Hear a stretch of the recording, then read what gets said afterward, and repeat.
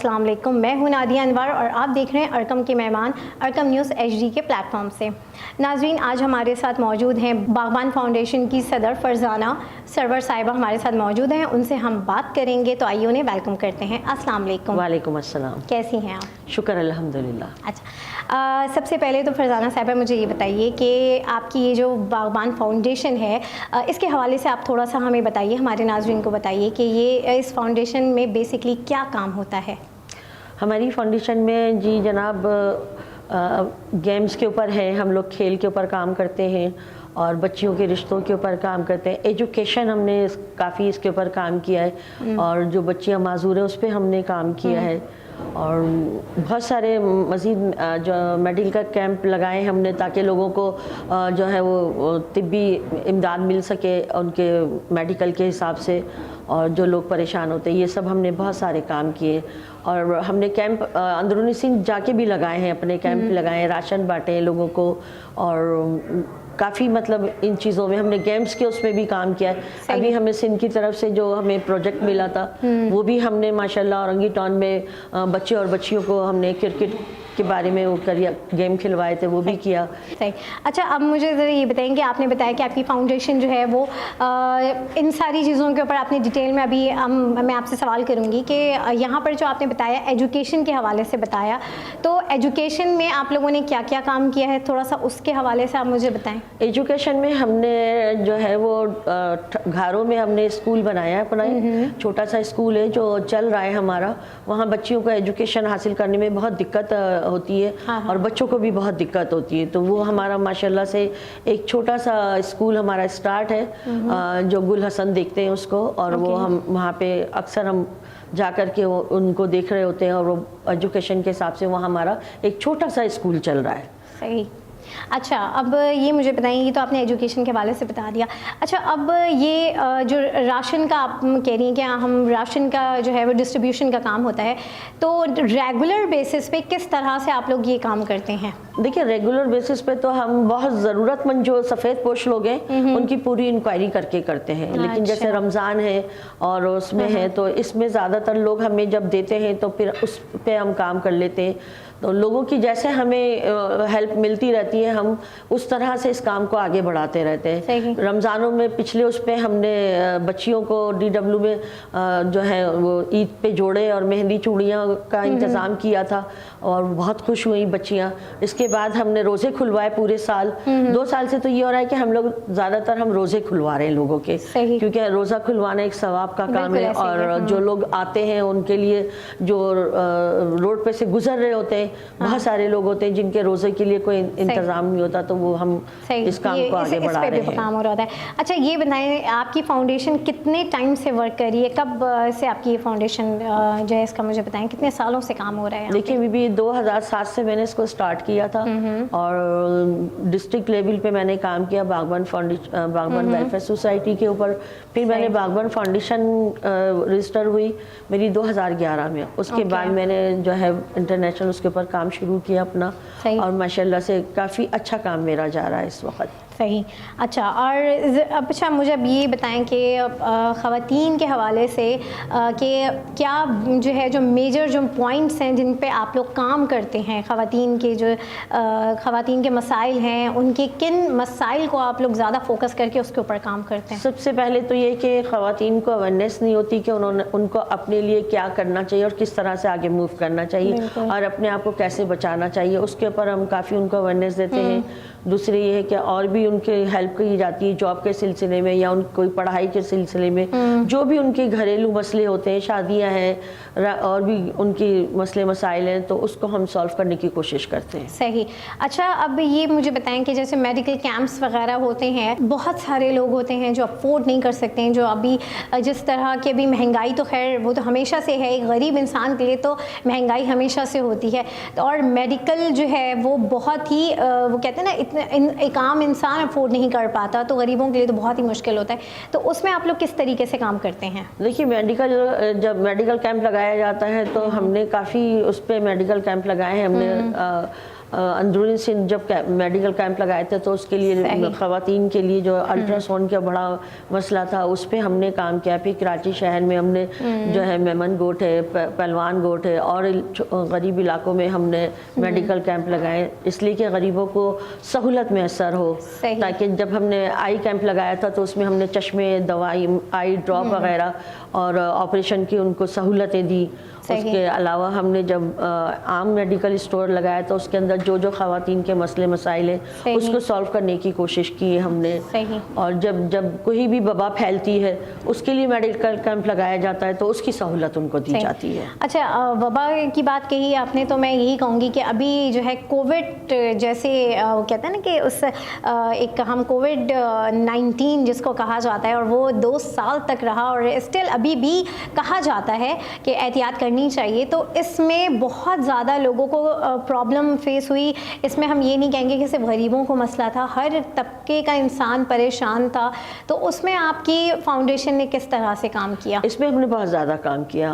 Covid میں ہم نے بہت زیادہ کام کیا. لوگوں کو راشن بھی تقسیم کیے گئے, لوگوں کو میڈیکل کی سہولت بھی دی گئی, ان کو ایجوکیشن کے لیے بچوں کو بہت پرابلم ہوئی, اس میں بھی ہم نے بہت کام کیا بچوں کے ساتھ میں مل کر کے کہ ان کے ایجوکیشن کو مطلب زیادہ تر بچوں کی ایجوکیشن خراب نہ ہو. آن لائن بھی بچے ایجوکیشن کر رہے تھے تو اس کے لیے ان لوگوں کو کافی چیزوں کی سہولت میسر کی ہم نے, جیسے لیپ ٹاپ یا جو بھی چیزیں چھوٹی وہ دیے ہم نے, راشن تقسیم کیے ہم نے, میڈیکل کی سہولتیں دی ان کو, اور گھروں پہ جا جا کے ہم نے مطلب اس طرح سے کام کیا تاکہ لوگوں کو زیادہ پریشانی نہ ہو سکے. اچھا, ابھی جیسے ریسنٹلی اندرون سندھ میں آپ نے جیسے بتایا کہ آپ کا کام اندرون سندھ میں بھی آپ گئیں, تو یہاں پر سیلاب کیا جو ہے ایک وہ کہتے ہیں نا کہ ایک ڈیزاسٹر کی شکل میں سیلاب آیا تھا, تو اس میں آپ کی جو فاؤنڈیشن تھی اس نے کس طرح سے کام کیا؟ پچھلی دفعہ جب سیلاب آیا تھا وہ بھی بہت ہی تباہی کن سیلاب تھا. اس میں بھی ہم نے جا کے ٹھٹا گھروں میں کافی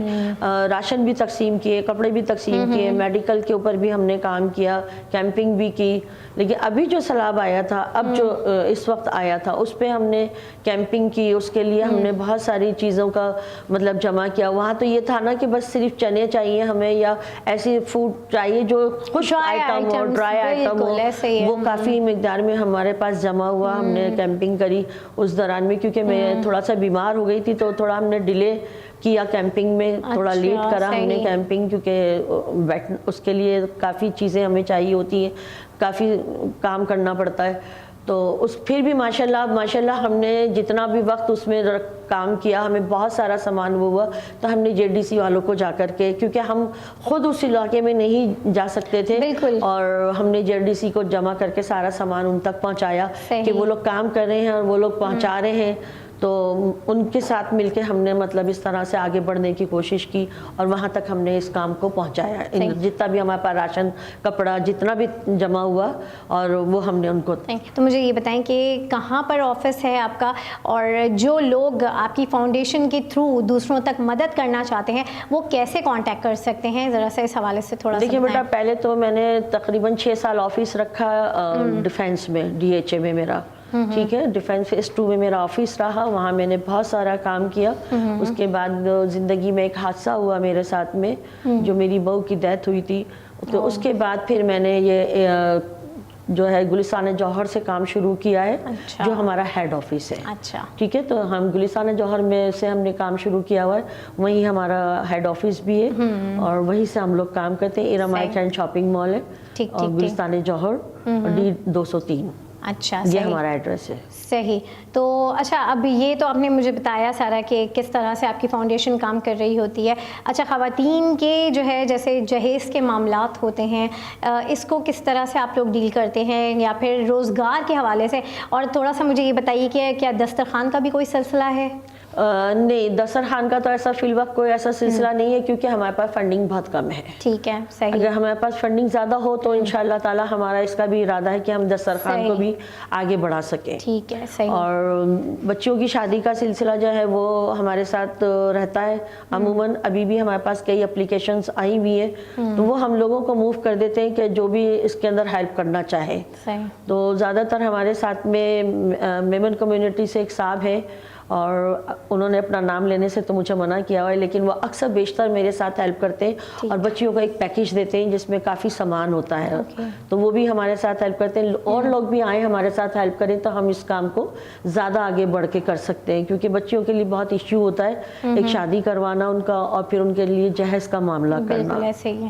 اچھا ابھی رمضان اب 1 مہینہ رہ گیا ہے رمضان میں، تو آپ مجھے یہ بتائیں کہ رمضان میں کس طریقے سے آپ کی یہ جو این جی او ہے یہ کام کرے گی اور کیا لائے عمل ہے؟ ذرا سوال. دیکھیے رمضان میں ہم نے بہت سارے مختلف کام کیے ہیں.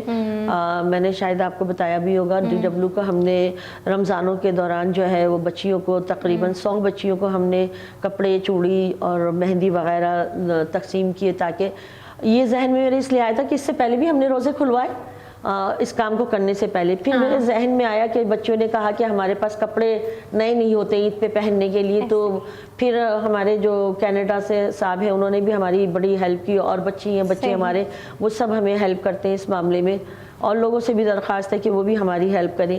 تو ہم نے پھر ان کو جو ہے ان کی خوشی کو برقرار رکھتے ہوئے ہم نے ان کو نئے کپڑے جو ہیں وہ سلیکٹ کیے، نئے جوڑے دیے، چوڑی دی، مہندی دی. ان کے ساتھ ہم نے عید کا اس طرح سے انتظام کرایا، جو بھی رمضان کے ہمارے جمع ہوئے تھے وہ ہم نے اس کو اس طرح سرو کیا. روزے کھلوانے کا یہ ہے کہ ہم نے کئی سالوں سے ہم روزے کھلوا رہے ہیں، یہ تو صرف ہم نے ایک بار کام کیا ہے بچیوں کے لیے تو، لیکن روزے تو ہم کئی سالوں سے کھلوا رہے ہیں، اور ہماری کوشش ہوتی ہے کہ ہم آسانی سے روزے کھلوا سکیں اور لوگوں کو تکلیف نہ ہو روزے کھولنے میں. جو مسافر آتے ہیں ان کے لیے بھی کرتے ہیں، وہاں ٹیبل بھی لگاتے ہیں، جو غریب لوگ ہیں وہ بھی آ کے روزہ کھولیں وہاں پہ بیٹھ کر کے اس طرح سے. بالکل. اچھا یہ مجھے بتائیں کہ اب جو ہے کیا آپ ارکم کے پلیٹ فارم سے ہماری جو عوام ہے اس کو کیا میسج کرنا چاہتی ہیں، اور جو لوگ آپ کی فاؤنڈیشن کے تھرو دوسروں کی مدد کرنا چاہیں ان کے لیے آپ کیا کہنا چاہیں گی؟ سب سے پہلے تو میں ارکم شکریہ ادا کرنا چاہوں گی کہ انہوں نے آج مجھے بلایا اور ہمیں عزت افزائی دی، ان کا بہت شکریہ. دوسری یہ کہ میں چاہوں گی کہ لوگ آگے بڑھیں اور ہماری ہیلپ کریں، کیونکہ فنڈنگ کی ہمیں بہت سخت ضرورت ہے، اور آپ لوگوں کی ہیلپ کرنے سے ہم بہت سارے کاموں کو آگے لے کے جا سکتے ہیں. ابھی رمضان آ رہے ہیں، روزے کھلوانے میں ہماری ہیلپ کیجیے، اور بچیوں کو عید وغیرہ کے اس میں، کیونکہ روزے تو سبھی کھلواتے ہیں اور یہ سارے کام کرتے ہیں، لیکن تھوڑا سا ہمیں توجہ اس طرف بھی دینی چاہیے کہ کچھ گھرانے ایسے ہیں جو یتیم بچیاں اور بچے ہیں، ان کو عید کے اوپر ان کے کپڑے وغیرہ نہیں ہوتے ہیں، تو ہم اس کے اوپر بھی فوکس کرنا چاہتے ہیں. تو آپ لوگوں کا سب کا تعاون ہمارے لیے بہت زیادہ ضروری ہے. بہت شکریہ فرزانہ صاحبہ. ناظرین آج ہمارے ساتھ باغبان فاؤنڈیشن کی صدر فرزانہ سرور صاحبہ ہمارے ساتھ موجود تھیں، اور انہوں نے مجھے اپنے فاؤنڈیشن کے حوالے سے بتایا کہ وہ کیا کیا کام وہ لوگ کر چکے ہیں اب تک، اور مزید ان کے کیا ارادے ہیں آگے کرنے کے. اور انہوں نے ریکویسٹ بھی کی ہے کہ جو لوگ ان کے تھرو جو ہے ان ضرورت مندوں کی ہیلپ کرنا چاہتے ہیں تو وہ ضرور ان سے رجوع کریں. اسی کے ساتھ ناظرین اپنی ہوسٹ نادیہ انوار کو اجازت دیجیے، انشاءاللہ پھر ملاقات ہوگی. اللہ حافظ.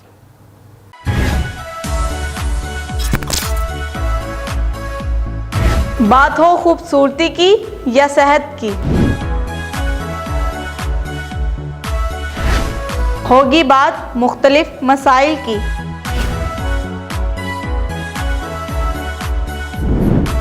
وجوہات جو بنی مہنگائی کی،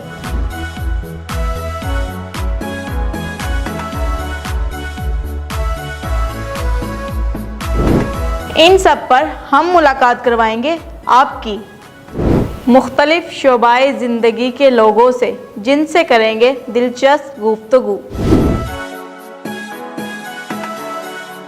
دیکھنا مت بھولیے گا پروگرام ٹی ٹائم ود نیلم خان کے ساتھ، صرف اور صرف ارکم نیوز HD پر.